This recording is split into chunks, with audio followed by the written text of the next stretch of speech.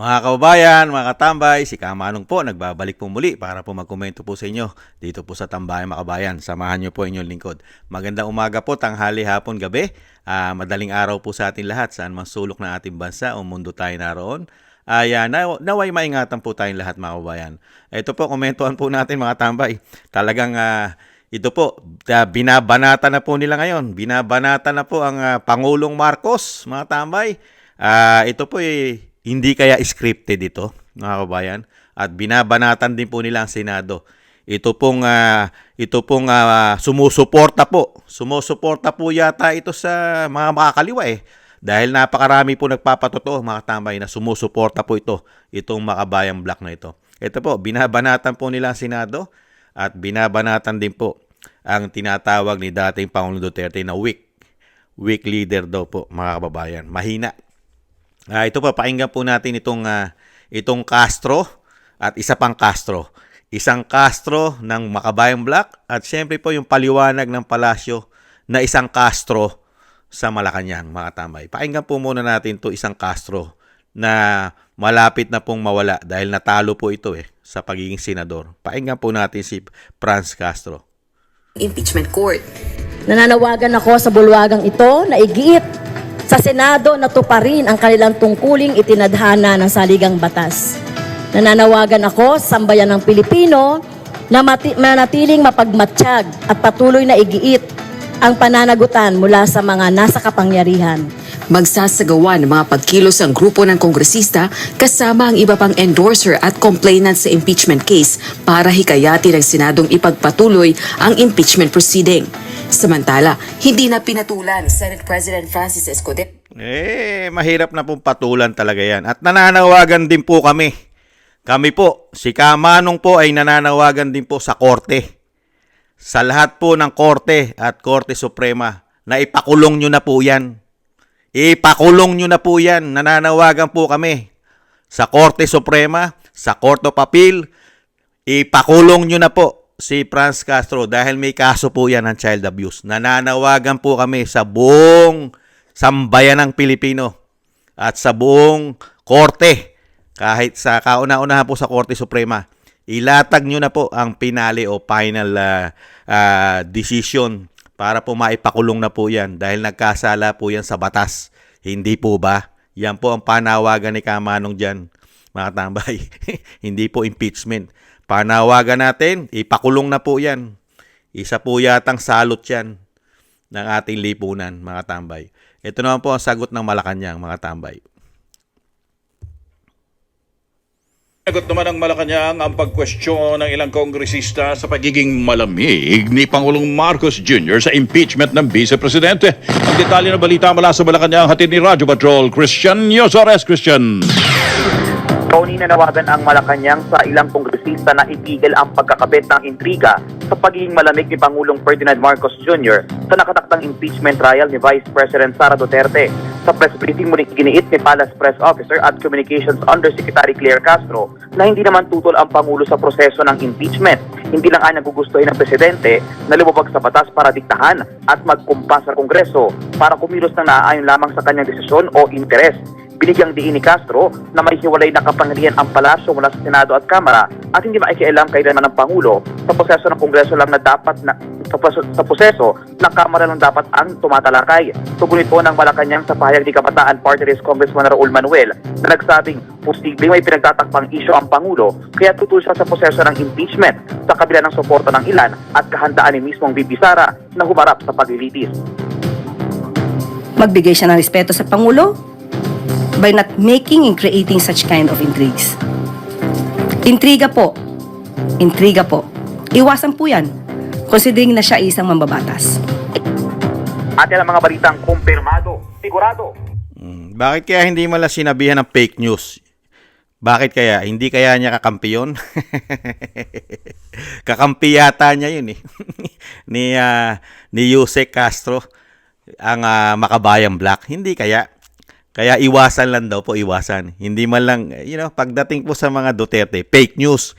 Pero pagdating po sa Makabayang Black, iwasan lang po at magbigay ng respeto. Unbelievable.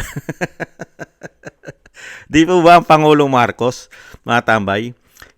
Kung talaga pong yung impeachment na yan ay makatotohanan, at yan po totoo, matagal na pong tapos yan. Nakita niyo po yung ginawa kay dating Supreme Court Justice Corona. Napakabilis lang po ng proseso. Di po ba?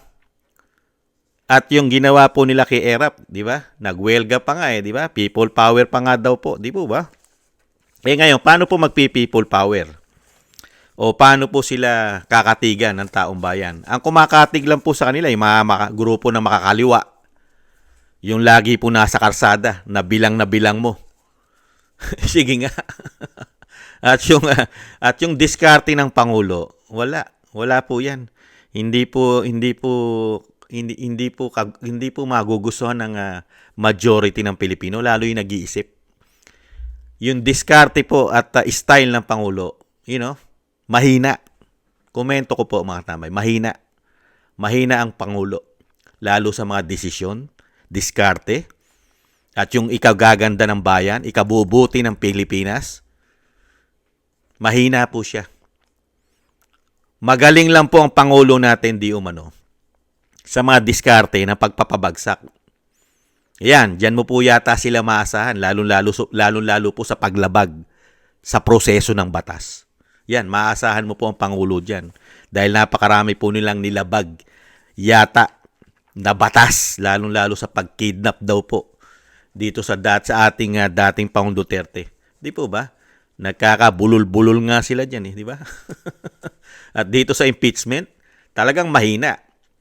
Di ba? Mahina. Hindi makikialam. Tapos nung mga nakaraang taon, mga nakaraang pahayag niya, ayaw niya na impeachment. Nakita niyo po, di po ba napakahina? Kung ayaw mo ng impeachment dahil magkakagulo at magkakaroon ng hati-hati o madidivide ang taong bayan. Di po ba dahil napakalaki ng suporta na ibinigay sa Vice President na more than 32 million, madidivide yan. Pero ano ginawa ng Pangulo? Hinayaan niya lang. Ibang-iba kasi yung magagaling na Pangulo. Yung matatalinong Pangulo, isang salita lang. Pag nagsalita ang Commander-in-Chief, tapos na. Di po ba? Ano po ba ginawa ni dating Pangulong Duterte nung gustong i-impeach ang dating Vice President na si Robredo? Sige nga. Isang salita lang, no. Huwag niyong gawin yan, no. Hindi dapat i-impeach ang halal ng bayan. Lalong-lalo po kung wala naman, di ba? Katulad po niyan, ang nangyayari lang naman po kay dating Vice President Robredo ay pagpapabagsak sa dating Pangulong Duterte. Alam naman po ni dating Pangulong Duterte na wala pong ground para siya mapabagsak o ma-impeach. Di po ba? Hindi nga niya pinapatulan Dahil yung puro paninira lang ginawa ni dating Vice President Robredo. Di ba? Ano po yung mga issue nila doon? Di ba? Yung pulburon. Di ba? Yung laban kontra sa pulburon. Di po ba? Yung pulburon, yung war on drugs, di ba? War against drugs, di po ba? Pinakalat po nila more than 30,000, di po ba? Na walang katotohanan. At hindi na po yan pinag-ubra. Di ba? Dahil nga po, walang katotohanan Trabaho ng trabaho ang ating dating Pangulong Duterte para maiayos ang ating bansa, lalo sa pagiging narco-politics. Di po ba? Wala Ganon ang leader. Pero ngayon, anong leader meron tayo ngayon? Sige nga. Anong leader? Walang yagbols? Nadidivide na ang mga Pilipino. Di po ba? Pero wala kang imik dahil ano po lumalabas niya? Kaya wala kang kibo, inahayaan mo lang dahil gusto mo rin. Hindi po ba? Dahil kagustuhan mo rin. Dahil yung sinasabi mo, taliwas sa ginagawa mo. Hindi kaya? Di po ba? Kaya nga nasasabihan po kayo, Mr. President, na weak. Mahinang presidente. At nasasabihan din kayong bangag. Humihit-hit daw ng kok. At humihit-hit daw po ng pulburon. Yan po ang umuugong sa inyo ng Mahigit 3 taon na hindi pa rin ninyo tinutuldukan. Di po ba, Mr. President? Kung yan po ay hindi totoo, matagal nyo na pong ginawa yan na magpa-drug test din po kayo sa hair follicle drug test. Di po ba, Mr. President? Napakadali po. Uupo lang kayo. Uupo! At kukuhanan lang kayo ng mga ilang pirasong buhok. Tapos na. Bakit hindi nyo magawa? Mas gusto nyo pang tanggapin ang batikos ng majority ng mga Pilipino na kayo po ay bangag. Mas gusto nyo pa? At gusto nyo pang pag-usapan kayo sa buong mundo na kayo ay gumagamit ng pulburon at tumitira daw po ng coke. Di po ba? Mas katanggap-tanggap sa inyo yon kaysa umupo lang kayo at kuhanan kayo ng buhok. Unbelievable. Di po ba? Kaya mahina. Marami po kayong sikreto na ang taong bayan ay naniniwala sa mga sikreto nyo na nakatago kasi ayaw nyong tuldukan. Kaya nga mahina, kinakaya-kaya kayo. Di ba? At ngayon, malabo kasing matuloy yung impeachment. Kahit kagustuhan ng Pangulo o sinasabing basbasan ng Pangulo at ng basbasan ng tinatawag na tambaluslos ang impeachment, malabo eh. Kasi wala namang i-impeach. Malinis ang Vice President, lalong-lalo sa COA. Ang COA report, di po ba? Paano mo i-impeach yung tao na wala naman sinasabi ang COA na maraming dinispalko yan? Di ba? Kayo ang maraming issue ng korupsyon, di po ba? Napakaraming yung issue ng korupsyon, lalong-lalo po sa pagpapatakbo po ng ating gobyerno sa loob ng 3 taon. Di po ba? May issue tayo sa flood control. May issue tayo sa ginto, sa Central Bank. May issue tayo sa PhilHealth. May issue tayo sa GSIS, SSS, PDIC. Di po ba? Pati nga sa loto, may issue pa rin tayo sa loto. Di po ba, Mr. President? Di po ba, Claire? Yusek Claire? Di po ba? Sino po ba dapat ang ma-impeach? At ang pinakamatindi, may issue rin po kayo sa pagpirma nyo sa GAA na naging gago. Di po ba? 241 billion naka-blanco. Bigla pong nagka-numero. Di po ba pinirmahan nyo yan? Hindi po ba dapat kayo ang ma-impeach yata? Di po ba? At yung pinakamatindi po, yung pagtataksil po natin sa bayan, sa ating soberenya, sa ating pagiging malayang Pilipino, at sa isang dating presidente na hinudas po yata natin, ipinagkalulo sa mga banyaga. Samantalang meron tayong judicial, may hustisya ang ating bansa. Pero ipinatapon nyo yata. Di po ba? Pinatapon nyo. Kidnapping ang lumalabas sa investigasyon ng Senado. Di po ba? Ang nakapagtataka lang, dinulog na po ng Senado ang desisyon sa ombudsman para makasuhan na po ang mga involved dyan. Pero hanggang ngayon, natutulog po yata ang ombudsman, mga tambay. Malapit na pong magretiro ang ombudsman Martires. Magre-retiro na po itong buwan na ito. Pero nananatili po yatang natabunan na yung issue po na isasampang kaso sa mga involved po ng kidnapping sa dating Pangulong Duterte. Ano na kaya nangyari? Gising! Yung sinasabi nga, hoy! Gising! Ombudsman! Bago po kayo magretiro, tapusin nyo po muna yung issue ng kidnapping ng dating Pangulong Duterte. Tapusin po muna ninyo. At yung, ito po, yung sinasabi nga po natin mga tambay. Ito po, scripted lang naman po ito eh. Scripted lang naman po itong ginagawa ng mga makakaliwa na batikos-batikos, mga tambay. Sila rin naman po magkakasama dyan. Merong Pangulo na taliwas ang sinasabi. Iba ang sinasabi sa ginagawa. Sa bagay, hindi naman tayo magtataka dahil mismo ang Senadora Amy Marcos nagsasabi rin naman na hindi na ang kanyang kapatid ang nanunungkulan o nasusunod sa gobyerno. Sino daw po? Ang Romualdez at Araneta na raw po nagpapatakbo ng gobyerno. Ayon po yan sa Senadora. Di po ba? Kapatid pa mismo. At syempre po, yung tambaluslos ang nagpapatakbo daw po sa Kongreso. Sila po nagpapatakbo. Kaya sila po ang gusto yata na magpa-impeach sa Vice President. At ginamitan po ng pera yan, alam naman po natin, hindi naman po tayo tangat, bobot, gago. Putok na po. Kapwa nila buhaya. Mga kapwa nila buhaya ang nagpasabog na may perang involved dyan sa mga pumirma. Sa mga pumirma ng mga congressman sa impeachment. Di po ba? Kaya dito, nakita nyo po, yung gigil na gigil sila sa panawagan sa Senado at sa Palasyo. Dahil ang Palasyo raw po mahina, malamig, hindi tinututukan ng impeachment ng Vice President. Maniniwala tayo dito kay Castro, saka dito kay Manuel. Mas maniniwala kami na kayo ay makabayang black.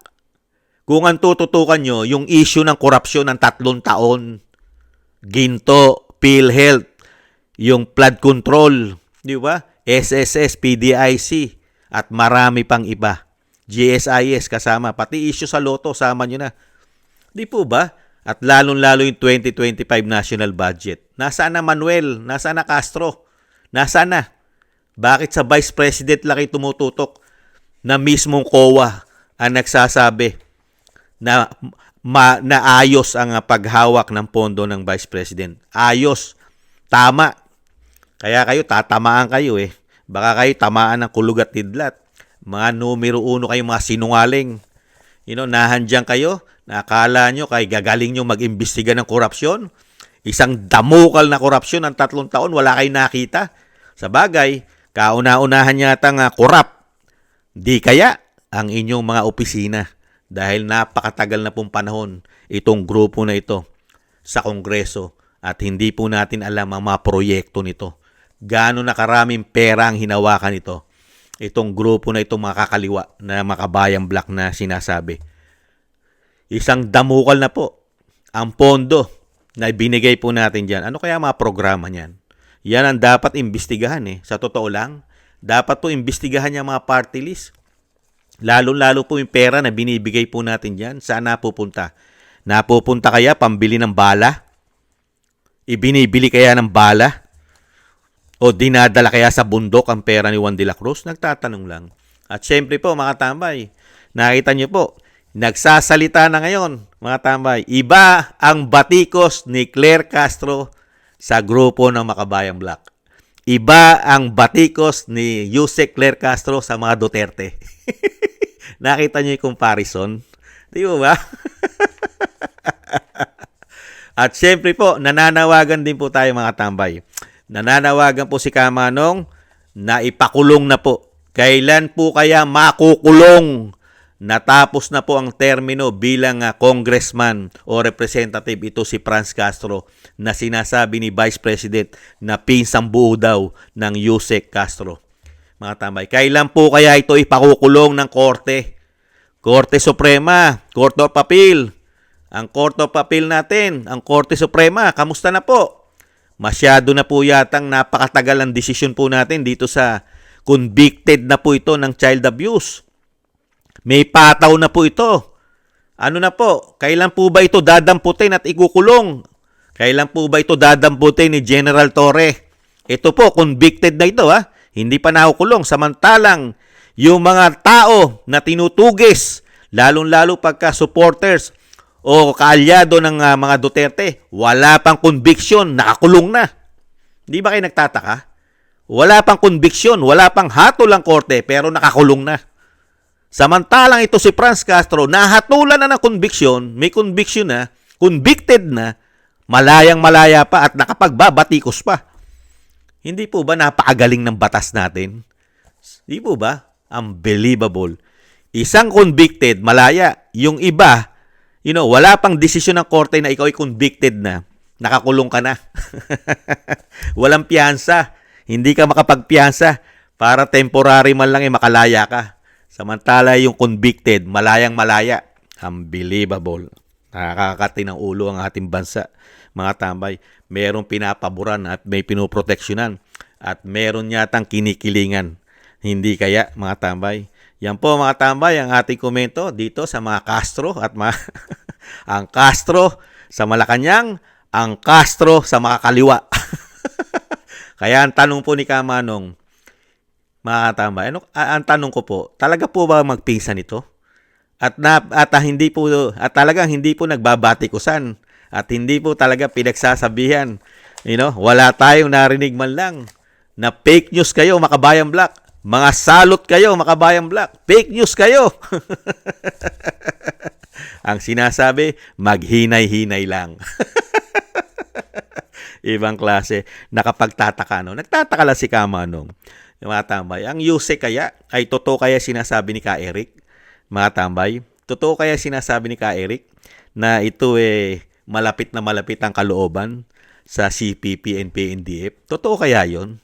Itong nasa Malacanang? Nagtatanong lang po si Kamanong. Yan po mga tambay, ang walang kakwenta-kwenta, mga tambay. Magmula sa ating Commander-in-Chief hanggang dito sa Kongreso.